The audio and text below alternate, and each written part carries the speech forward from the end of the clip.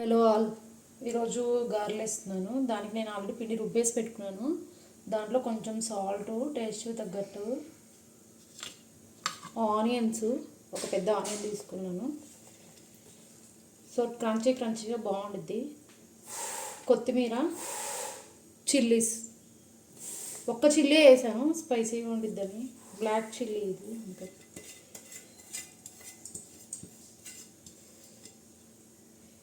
ఇవన్నీ వేసి బాగా మిక్స్ చేయాలి దీన్ని.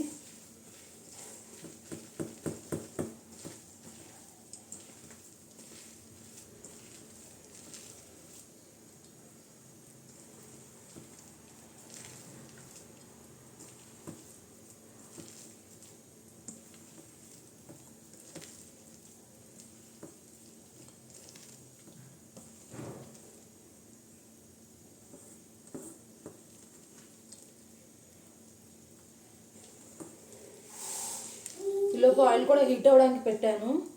సో దట్ ఆయిల్ హీట్ అవగానే ఇంకా గారెలు వేసేసుకుని మనకి త్వరగానే అయిపోద్ది.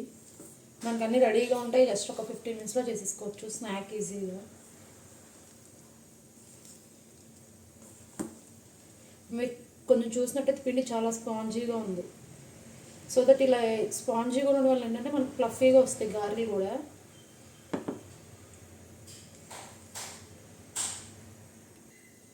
అండ్ ఇంకొక చిన్న టిప్, మనం పిండి కలిపేసుకున్నాక అవి స్పాంజీగా ఉన్నాయా లేదా చూసుకోవడానికి ఇలా గిన్నెలో వాటర్ వేసుకొని దాంట్లో జస్ట్ ఇలా ఒక బాల్ వేసుకుంటే చూస్తే కనుక మీకు ఫ్లోట్ అవ్వాలి. ఇట్లా ఫ్లోట్ అవుతుంటే మనకి స్పాంజీగా వస్తాయి. అదే ఫ్లోట్ అవ్వకుండా కిందకి మునిగిపోతే స్పాంజీగా రావు. మీరు చూస్తే ఇక్కడ కనిపిస్తుంటుంది ఫ్లోట్ అవుతుంది.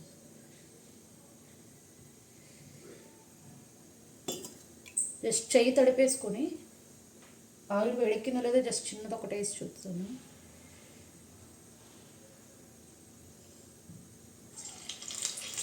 ఇది చూస్తే కనుక వెంటనే పైకి వచ్చేసింది. సో ఆయిల్ మనకి హీట్ అయిపోయింది. చెయ్యి తడి చేసేసుకొని గారెలు వేసేసుకోవడమే.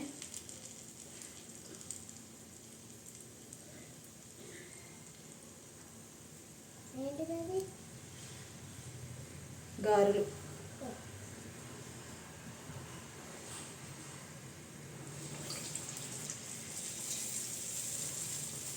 మంట కూడా కొంచెం మీడియంలో పెట్టుకుంటే మనకు లోపల దాకా ఉడుకుద్ది.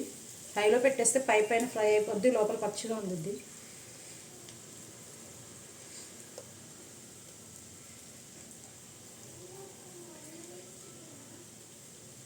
మనం కావాలంటే కవర్ మీద పెట్టి వేసుకోవచ్చు. నీకు ఇలా అలవాటు కాదు, నేను వేసేస్తున్నాను అంతే.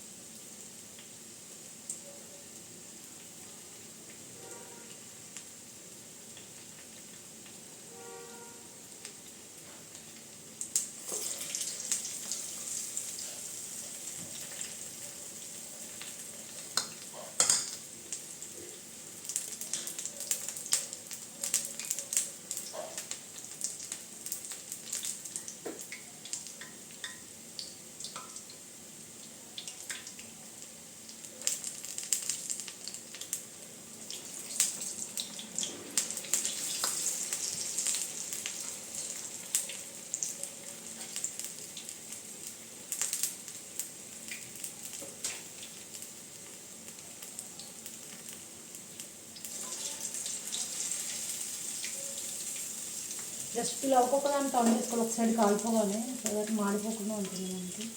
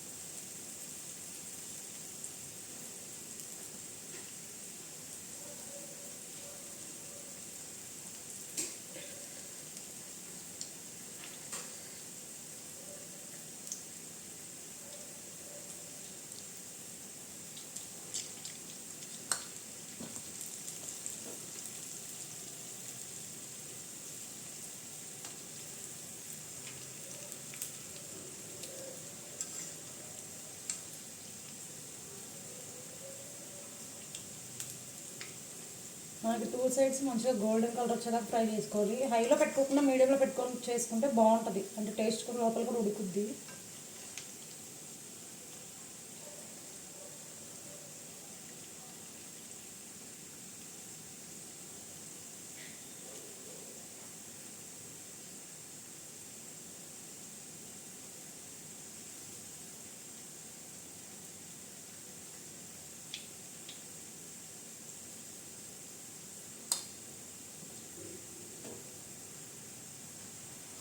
ఈ రెండు ఆల్రెడీ అయిపోయింది, సో దీన్ని తీసేస్తున్నాను.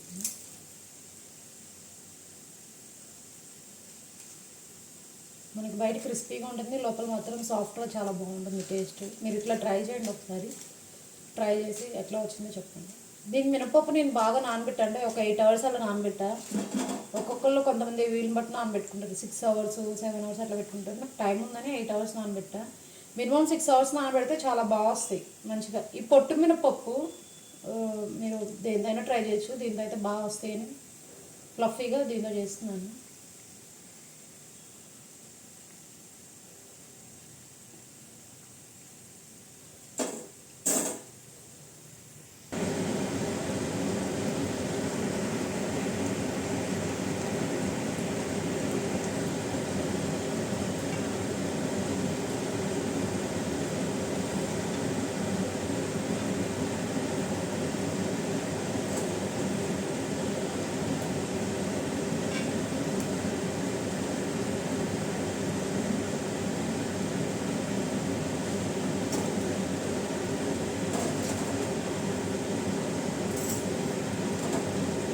ఇట్లా చూడండి, ఎమ్మి ఎమ్మి గారెలు రెడీ.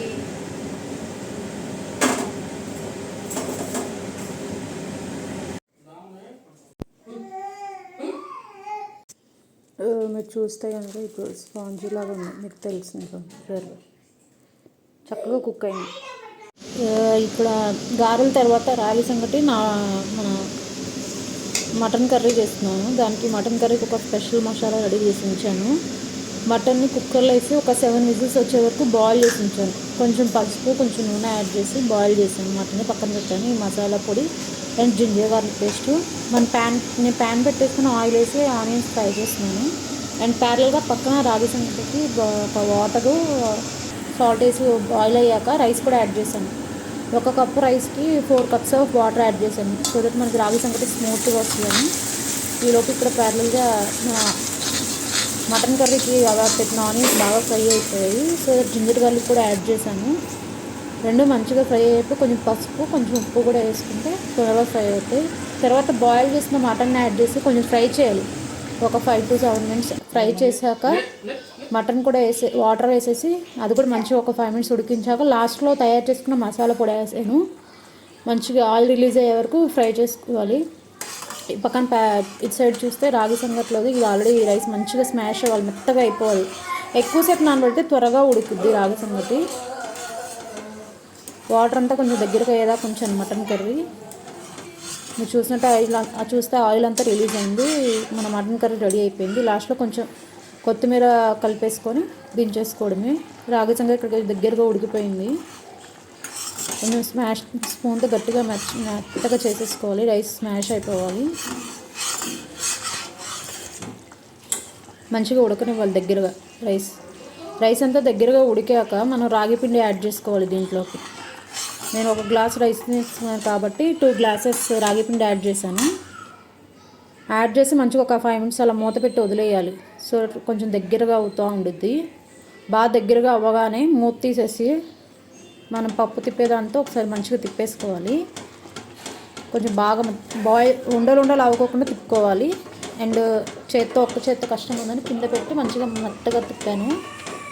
ఉండలు లేకుండా రాగి పిండి అంతా రైస్లో మంచిగా కలిసిపోయాక మళ్ళీ స్టవ్ మీద పెట్టి మూత పెట్టేసి ఒక 5 minutes సిమ్లో పెట్టి వదిలేయాలి. మంచిగా మెత్తగా అవుద్ది. తర్వాత మనం సర్వ్ చేసుకోవడమే. రాగి సంగటి మటన్ కర్రీ రెడీ.